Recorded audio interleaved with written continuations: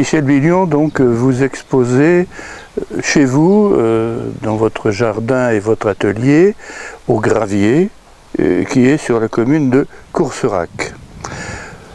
Rappelez-nous brièvement votre parcours dans les Beaux-Arts.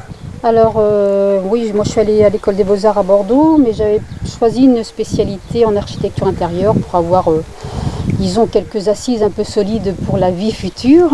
Et donc j'ai travaillé ensuite 3 ans chez un architecte, et puis voilà, comme ce que je préférais c'était quand même la peinture, donc voilà, on s'est séparés et j'ai donc recommencé à travailler, enfin recommencer c'est pas vraiment le terme parce que j'ai toujours continué à travailler en fait.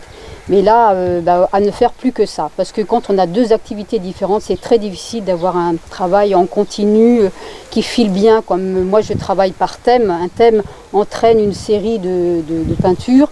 Alors évidemment, quand on a un travail en pointillé, par exemple comme je donne des cours pour assurer aussi pour assurer l'alimentaire, on a toujours un temps en pointillé et c'est difficile d'avancer vite, d'avoir un travail qui file bien, quoi. Donc mon travail se déroule par thème, c'est-à-dire je ne sais pas pourquoi, comment un thème arrive, mais en tous les cas, il prend de l'importance, il occupe tout. Alors en général au début il est assez figuratif et puis ça finit toujours par quelque chose d'un peu plus abstrait, disons un peu plus, plus ça va, quand j'avance dans mon travail, plus j'arrive à l'essentiel en fait, hein. J'élague. Voilà. Ici nous sommes en face de peintures qui représentent des vignes. Alors des vignes, c'est surtout les vignes l'hiver qui m'intéressent parce que je trouve ça très graphique. Et surtout, en fait, les piquets de vigne teintés par la bouillie bordelaise. Voilà. Donc là, ça représente donc une série de rangs de vignes teintés, avec les piquets teintés à la bouillie bordelaise. Et puis ça, ce sont des collages avec des piquets de vignes qui ont été teintés à force au fil des saisons par la bouillie bordelaise. Donc j'avais fait une série de collages comme ça. Alors, ce qui est intéressant, c'est suivant l'essence du bois du piquet de vigne. Si c'est un châtaignier, ça restera très très bleu foncé. Et si c'est par exemple un sapin, ça virera au vert, comme c'est le cas par exemple de celui-ci. Et si c'est un acacia, ça restera très bleu turquoise. Voilà, comme ça par exemple. Voilà. Ça c'est de l'acacia. Donc ces couleurs-là m'intéressaient beaucoup. Et puis toute la gravure du temps sur les piquets, par exemple, comme on voit là, les fils qui en serrent, la dégradation du bois, voilà, ça m'intéressait beaucoup. Là, nous sommes devant des peintures plus... Dans hangar à bois, où là, il y a quelques aquarelles qui traitent de sujets plutôt d'objets, hein, de traitement d'objets, d'objets qui ont une histoire, qui ont, c'est pareil, un peu été abîmés par le temps. Et puis aussi quelques traces encore de bouillie, sur le thème de bouillie bordelaise, avec ce travail du cep de vigne un peu là. Voilà, et puis voilà, quelques piquets que l'on trempe, vous savez, dans cette solution pour les durcir et qui puissent résister au temps. Là, par exemple, vous avez un piquet qui est teinté, là, qui est un piquet d'acacia qui a gardé cette couleur très turquoise. Donc voilà, c'est cette couleur-là qui m'inspire. Et ce tableau, c'est un arbre. Oui, ça fait partie de la série des arbres, et ça, c'est un saule qui a été donc taillé et au fil des ans et qui est plein de boursouflures et plein de lichens pendant l'hiver. Moi, en fait, l'hiver, je trouve que c'est une saison très sculpturale. Et à droite, là, ce sont également des ceps de vigne? Oui, oui, oui. Nous sommes sous un noisetier avec ici une représentation de... Alors ça, ce sont ce que j'appelle les pampis, c'est-à-dire c'est ces chatons, les fleurs de noisetier qui fleurissent au mois de janvier et février et qui sont pleines de pollen jaune, et c'est aussi cette couleur-là qui m'intéresse. Et surtout l'effet que prend tous ces petits chatons avec le vent qui partent tous dans le même sens. Donc j'avais fait une série de grands formats qui sont destinés, s'il fait beau, à être accrochés ici le long du noisetier, le long de la rivière, mais que j'ai enlevé à cause des intempéries. Et ça va peut-être donner le goût au noisetier de produire des noisettes. Oh regardez par terre, les écureuils sont déjà passés, il ne reste plus. Hein. Ah oui, ça c'est comme pour les noix.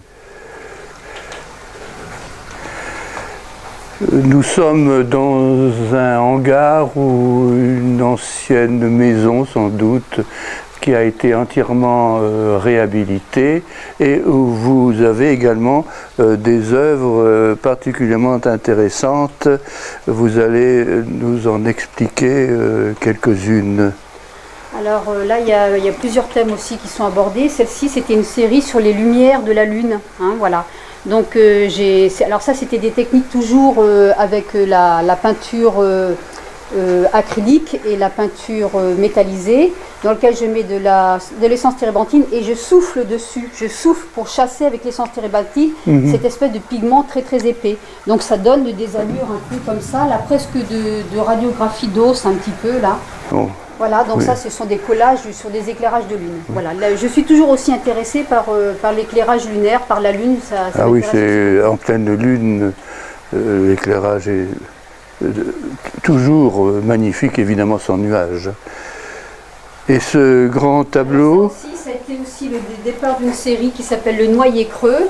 J'avais rencontré un arbre qui avait été abattu, un noyer qui était abattu par la tempête de 99 et qui était couché par terre, qui avait un énorme trou dans son tronc et qui quand même continuait à produire des fruits, des feuilles, etc., qui continuait à vivre. Et donc j'avais fait toute une série aussi sur le thème de cet arbre que j'avais donc appelé Le Noyer Creux. Voilà, toujours avec un éclairage lunaire. Donc ça c'était deux travaux qui se répondaient un petit peu. Donc là j'avais pris un éclairage lunaire dans un sous-bois et là j'ai repris l'éclairage qui change au fur et à mesure où on se positionne différemment. Alors là, c'est-à-dire que là, quand on regarde ce travail-là de composition avec des petites bougnettes accrochées, et quand on se met ici, là, de ce côté, on voit tout apparaître l'ombre parce que ce côté a été uniquement vaporisé et on voit que la partie ombrée. Donc on a ce faisceau lumineux là qui est donc l'éclairage lunaire. Et là, comme je l'ai mis dans un coin, c'est... Effectivement, oui, voilà. Oui. Allez-y, recommencer. Donc ça, c'est toujours dans la continuité sur le thème des arbres. Et donc c'est un pommier qui était plein de gui, qui faisait plus qu'une énorme sculpture de boules de gui, et donc que j'ai peint. Et ensuite, j'avais fait une série de pommes dessous que j'ai cherché. Donc j'avais fait toute une série de pommes pour trouver quelque chose qui puisse aller avec ce que j'avais peint au-dessus. Et donc ça a donné lieu à toute une série sur le thème des pommes, qui est un sujet qui est récurrent dans la peinture. Ce tableau fait référence à la vigne, parce que je pense que ce sont des sarments de vigne que vous avez utilisés. Des sarments de vigne qui sont collés. J'ai beaucoup utilisé ça dans mes collages, parce que je trouve ça léger, ça se coupe très facilement, et en plus c'est toujours un petit peu sculptural. Des fois même on a l'impression que ce sont des os de poulet que l'on colle. Alors ça c'était sur un travail que j'avais appelé les semaines et les semaines, parce qu'en fait chaque groupe, chaque paquet de sarments de vigne représente une semaine. Alors il y a des semaines qui peuvent vous paraître très très longues, qui n'en finissent pas, d'autres qui filent très vite, d'autres qui sont remarquables, d'autres qui n'ont strictement aucun intérêt. Et j'avais donc disposé ces paquets de semaines sous forme de tranches de livres comme dans une bibliothèque. Ensuite, quand j'ai terminé ce travail, on m'a proposé à la Mode Saint-Thérèse proposé donc un sujet qui était sur cette année, c'était l'année dernière, sur le thème de la mémoire. Donc j'ai repris ce thème-là et j'ai proposé à mes élèves de Fontcouverte de travailler ensemble sur le thème de la mémoire. Alors je leur ai donc expliqué de quoi il s'agissait, je leur ai montré, et puis ensuite je leur ai distribué des formats de papier à chacune, et je leur ai dit, maintenant que j'ai caché le travail, vous allez me ressortir chacune ce que vous en avez retenu. Donc elles ont travaillé là-dessus, et ensuite ce qui est très intéressant, c'est de voir ce que chacun d'entre nous peut retenir d'une situation, parce que c'est vraiment des choses qui sont très très différentes. Et donc ensuite j'ai collé autour de mon travail ce qu'ils avaient retenu sur ce thème-là. C'est donc le travail de vos élèves, ouais. Avec des interprétations très différentes. Ah c'est ça qui est intéressant. Hein. C'est ça qui est intéressant, oui. Ce qui est intéressant, c'est quand on enseigne aussi, c'est de voir à partir d'un même sujet ce que les gens peuvent en sortir, quoi. Même au niveau des couleurs, des formes. C'est vraiment tout. C'est aussi l'intérêt des expositions à thème, quoi, parce que les artistes travaillent et sortent des sujets qui sont vraiment complètement différents les uns des autres, et c'est ça qui est intéressant. Et à côté, vous avez... Alors ça, c'est toujours sur le thème. Alors ça, j'ai travaillé sur le thème des fleurs de noisettes pendant 4 ou 5 ans. Et donc ça, c'est presque l'aboutissement du travail sur le thème des fleurs de noisettes, c'est-à-dire ces espèces de traits jaunes qui bougent dans le vent, qui s'en mêlent, Donc voilà, j'ai réalisé 3 panneaux sur ce thème des fleurs de noisettes, les pampilles, qui bougent sur le thème du mouvement. En utilisant... c'est des collages, ce sont des papiers collés. Des papiers collés, oui. Oui. Là, je trouve ce petit tableau très, très mignon. Alors ça aussi, c'est toujours sur le thème donc, des fleurs de noisettes, hein, toujours ces petites formes allongées, hein, calibrées, qui bougent dans le paysage. Oui, vous en avez ici 3 de 5 et de 7. Oui, voilà. j'en avais tout un ensemble aussi, oui, oui. tout un ensemble. Et donc ça, c'est travaillé avec du plastique aussi, avec de la colle à carrelage que je colore et que je gratte parce que ça ne sèche pas tout de suite, donc on peut travailler un peu le matériau. Enfin, en général, j'essaie de trouver toujours des outils, des moyens en grande quantité pour pas cher. Donc moi, je vais dans les magasins de bricolage et je me sers là pour travailler. Parce que sinon, quand on achète un petit tube, on n'en a pas pour longtemps. Hein. À un moment donné, au couvent des Récollets, si je me souviens bien, vous aviez exposé toute une série de peintures d'ânes, dont il vous reste quelques tableaux. Oui, oui, alors les ânes, ça a été une série qui a duré quand même pendant 8 ans. Alors là, le départ, c'était vraiment très anecdotique. J'envoie toujours tous les ans des cartes de vœux à mes amis. Et sur cette année-là, j'ai fait des tas de petits ânes gris qui portaient sur le dos une cargaison de vœux. Et puis, alors donc c'était un travail qui était fait à l'aquarelle, qui était vraiment très succinct, très figuratif. Et puis petit à petit, cet âne voilà, s'est imposé et ça a duré pendant 8 ans où il a subi quand même beaucoup de transformations. Il a eu 5-6 pattes, des oreilles qui ont poussé voilà, très longuement et puis qui ont fait l'objet de petites histoires que j'ai fait par exemple presque comme une illustration. Alors c'est un travail qui se rapproche un peu de la bande dessinée parce que en fait ce sont des couleurs et ces couleurs ne tiennent que parce qu'elles sont cernées d'un trait noir. Donc c'est quelque chose qui est vif, qui est graphique et qui m'a tenu donc pendant 8 ans. Alors ça, bon, alors il y a eu des périodes où il est devenu un peu rouge, un peu jaune. Quelquefois, il a été pendant 2 ans dans des gris et des bleus. Enfin voilà, les couleurs ont un peu évolué et puis ce thème s'est arrêté brusquement au moment où je me suis aperçue que je commençais un petit peu à me répéter. Donc j'ai dit, ben, on arrête et puis on passe à autre chose. Voilà. Alors un peu plus loin, on retrouve des sarments de vigne. Alors vous allez nous expliquer ces différents tableaux. Alors ça, c'est un travail que j'ai donc fait cette année sur le thème de ombre et lumière. C'est un sujet qui est très classique dans la peinture, qui avait été proposé toujours par l'association des nouvelles métamorphoses de la mode Saint-Héré. Et donc voilà, pour ce travail d'ombre et lumière, j'ai donc travaillé avec des sujets très basiques, le carton ondulé, et c'est juste les petites ondulations qui captent les ombres et les lumières pour créer une sorte de ruissellement. Voilà, et ça c'est toujours sur le thème de l'éclairage lunaire. Donc cette exposition n'a malheureusement pas eu lieu, puisque ensuite est arrivée la crise sanitaire, donc l'exposition est reportée à l'année prochaine.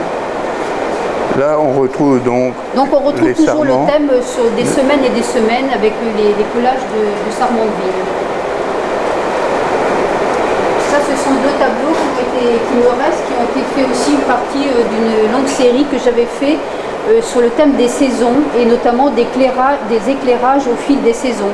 Donc j'avais fait un tableau par mois, donc il me reste le mois d'avril, où il reste encore un peu d'ombre, mais en fait la lumière prend tout le dessus, et surtout le mois de décembre qui est presque ce noir quasiment permanent, en plus quand les labours sont effectués, quand la nuit arrive très vite. Donc en fait c'était toujours un travail sur le thème de la lumière au fil des saisons.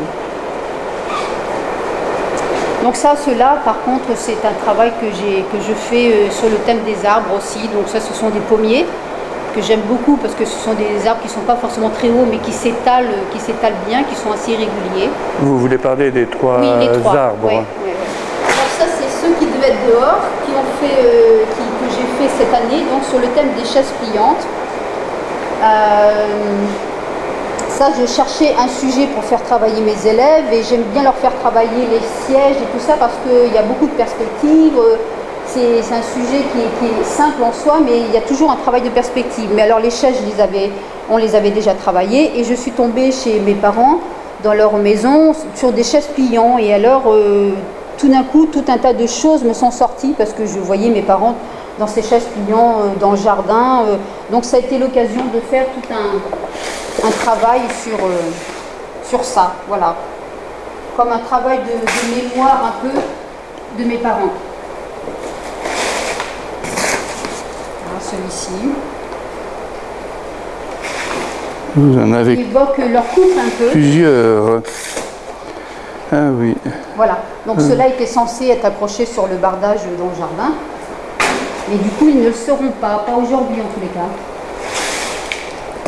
Celui-ci. Ce sont des chaises ou des tabourets vus sous différents angles. Voilà. Et celui-ci.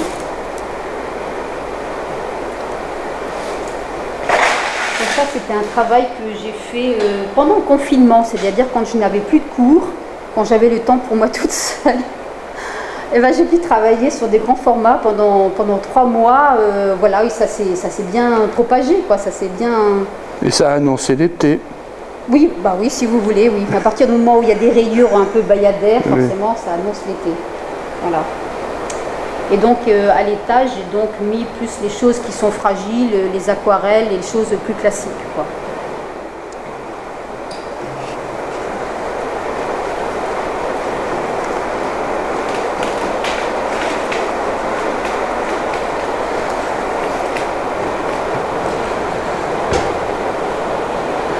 Le premier étage étant votre atelier, c'est ça? Oui, c'est mon atelier.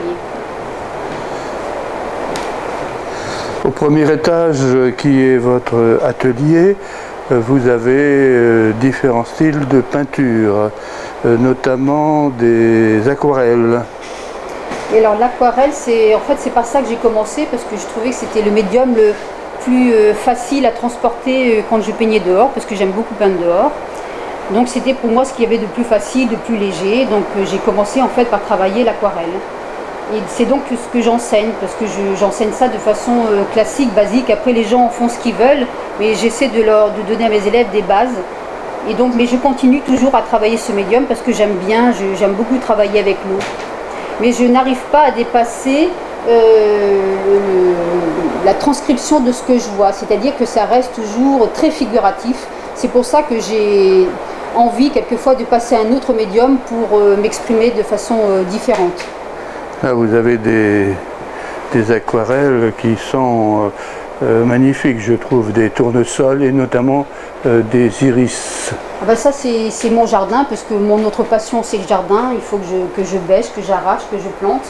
Et donc, tous les ans, je me dis, non, je ne vais pas encore faire des iris, j'en fais tout le temps. Mais bon, c'est plus fort que moi. Quand je passe dans le jardin, je vois des iris, il faut que je m'assoie pour peindre ces iris, voilà. Peinture un peu moins figurative. Alors ça reste quand même, enfin bon, celle-ci, c'est vrai qu'on se dirige plutôt vers l'abstraction. Mais donc j'avais appelé par exemple toute cette série, ça ici, et ça, et tous ces petits formats, j'avais appelé ça donc saison liquide. C'était toujours pour retrouver la facilité qu'on a avec le travail de la liquidité avec l'aquarelle. Donc j'ai essayé de retrouver ça avec un autre médium qui était l'essence térébenthine et les vernis colorés. Donc dans lequel je mets mes pigments. Donc je voulais travailler quelque chose de très libre qui pouvait, avec des fondus de couleurs. Donc en petit, c'est assez facilement maîtrisable, on arrive à faire à peu près ce qu'on veut. Et quand on passe à des formats qui sont plus grands, là, quand on prend le format comme ça et qu'on veut faire couler, là des fois c'est beaucoup plus aléatoire. Voilà. Et en face de nous, vous avez la fée Mélusine sur le thème le corps libéré. Le corps libéré. Voilà, le corps libéré, c'est encore un thème qui avait été proposé par les Nouvelles Métamorphoses, sur lequel j'avais travaillé plusieurs sujets. Donc la fée Mélusine, qui est une fée, donc selon la légende, qui s'est donc mariée avec Raymondin, qui a eu beaucoup de 7 enfants, qui ont été toujours avec quelque chose qui n'allait pas, qui n'était pas tout à fait conforme. Et donc on a commencé à induire le doute dans la tête de Raymondin en lui disant « Mais Raymondin, si vous avez des enfants qui ont tous quelque chose qui ne va pas, peut-être regarder du côté de Mélusine, peut-être quelque chose voilà, de bizarre. » Et donc Raymondin, le doute s'insinue et finit par la regarder à travers le trou de la serrure et il découvre que sa femme, Mélusine, a une queue de serpent. Et donc Mélusine, qui s'est sentie observée, a décidé de prendre ses ailes et de quitter Raymondin et de s'en aller pour vivre sa vie de fée dans les sources. Eh bien, nous vous remercions de votre accueil et cela nous a permis de voir la diversité de votre art pictural Je sais que vous avez remporté déjà plusieurs prix. Oui, mais enfin bon, ça c'est pas... Quand on participe à des expositions, de toute façon, surtout si c'est le même genre d'exposition au fil des années, ça finit toujours à paraître un peu son tour. Donc les prix pour moi c'est pas grave, ça n'a pas tellement d'incidence, c'est pas très important. Je sais pas qui ça flatte, mais en tous les cas, moi je trouve pas ça tellement important. Les prix. Ce que je trouve c'est que le travail, ce qui est important c'est le travail, c'est de continuer à faire ce qu'on a envie et de poursuivre son chemin. Pas essayer de regarder ce qui est peut-être intéressant pour les uns et les autres. Non, c'est ce qu'il faut faire, c'est travailler selon son envie, selon sa nécessité, et puis avancer picturalement, quoi. Après les prix, ça ne m'intéresse pas trop. Voilà. Et je rappelle que vous avez exposé souvent au couvent des Récollets à Cognac. Le couvent des Récollets, c'est presque un rendez-vous tous les ans pour que je puisse retrouver tous les gens qui suivent un peu mon travail. Et puis c'est aussi presque faire le point sur une année de travail, quoi. Voilà. Eh bien, encore une fois, merci et puis bonne continuation dans votre peinture que vous propagez en quelque sorte à travers les leçons que vous donnez. Merci beaucoup.